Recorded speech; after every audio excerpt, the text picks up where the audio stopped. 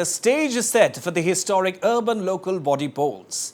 The fate of as many as 523 candidates will be decided tomorrow, with polling slated to be held across 3 municipalities and 22 town councils.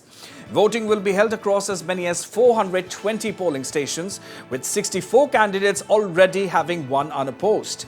This is the first time in 20 years that the ULB polls are being held in Nagaland.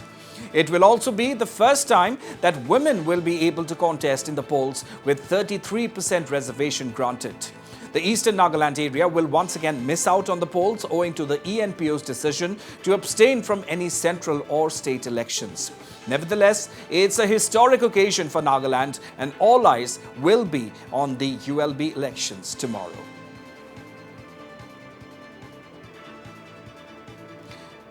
So what you see on your screen, viewers, are the visuals of poll officials who have already arrived at the various polling stations and are all set to conduct polling tomorrow in a fair and transparent manner. So the polling officials are already busy at work, preparing for in full earnest for the historic ULB elections tomorrow, which are set to take place after more than 20 years.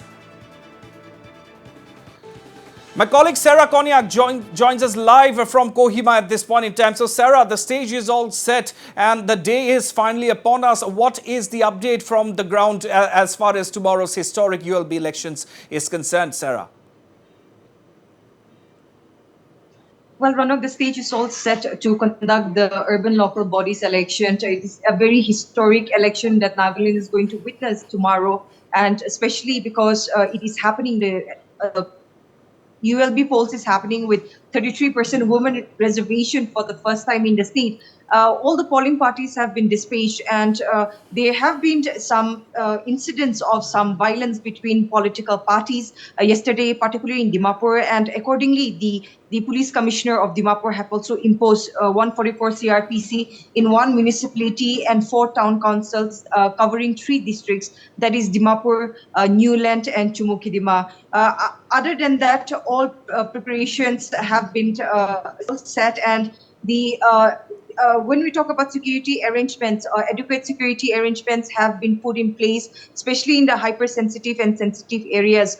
Well, the security is being mostly focused in the western jurisdiction, as the eastern Nagaland are not going ahead with the ULB polls. So there will be more than 8,000 police personnel who will be manning the security tomorrow in the 10 districts of the western areas where the ULB polls will be conducted. Right. Now, Sarah, from what we've been given to understand, the candidates who were in the fray had extensively campaigned ahead of the ULB poll. So, how was the public response and the turnout of the public as far as these campaigns were concerned?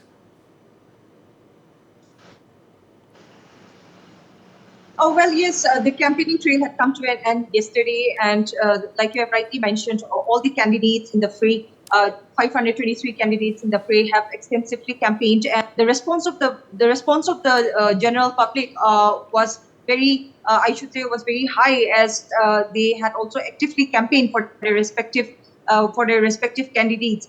Well, let me just give you a breakup of the political parties that will be contesting tomorrow. That are out of the 523 candidates in the fray, we have 44 candidates from the BGP, 178 candidates from the NDPP, 182 candidates from the independent. I should mention here that there are 182 candidates from the independent, 37 from the Indian National Congress, 9 from the JDU, LJP 7, NCP 15, NPF 21, NPP 22, RPI 7, and RPP 1. Ronak, I would also like to mention here that out of the 523 candidates that will be contesting tomorrow, a total of 198 candidates are women and 325 candidates are male. And out of that 198 candidates, female candidates contesting for tomorrow, there are more than 20 candidates who are contesting from the unreserved seat, that is the general quota, Ronak. Right. And Sarah, of course, once again, no scope of any voting in the eastern region of the state, isn't it?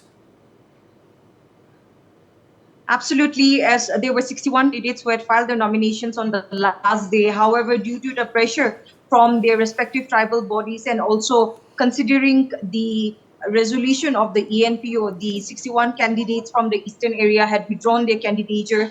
And like I said, the security arrangement which was deployed for particularly for the eastern area have now been brought back, and they will be mainly concentrating on the 10 western districts where the polls take place. So this time around too, the Eastern Nagaland will not be a part of the ULB polls, which is being seen as a very historic election in the state of Nagaland, Ronak.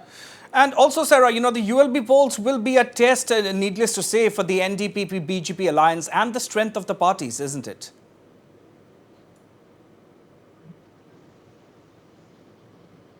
Ronak, can you repeat the question again? Yeah, I asked you, Sarah, this ULB polls, of course, will also be a test for the NDPP BGP alliance and also the strength of these parties, isn't it? Well, yes. When we talk about BGP and NDPP alliance, initially the plan was to fight the elections on a seat sharing basis where the BGP does not disturb the areas of the NDPP constituencies and the NDPP does not disturb in the area of the BGP constituencies. That was the initial proposal that was done, that was made by BGP and NDPP in the state, and the same proposal was also proposed to the central leadership BGP. However, the alliance partners BGP and NDPP further decided that it will not go on a seat sharing basis for the ULP polls, but they will have a friendly contest. So I should say that it is a friendly contest among all the political parties, particularly the political parties that are under the People's Democratic Alliance.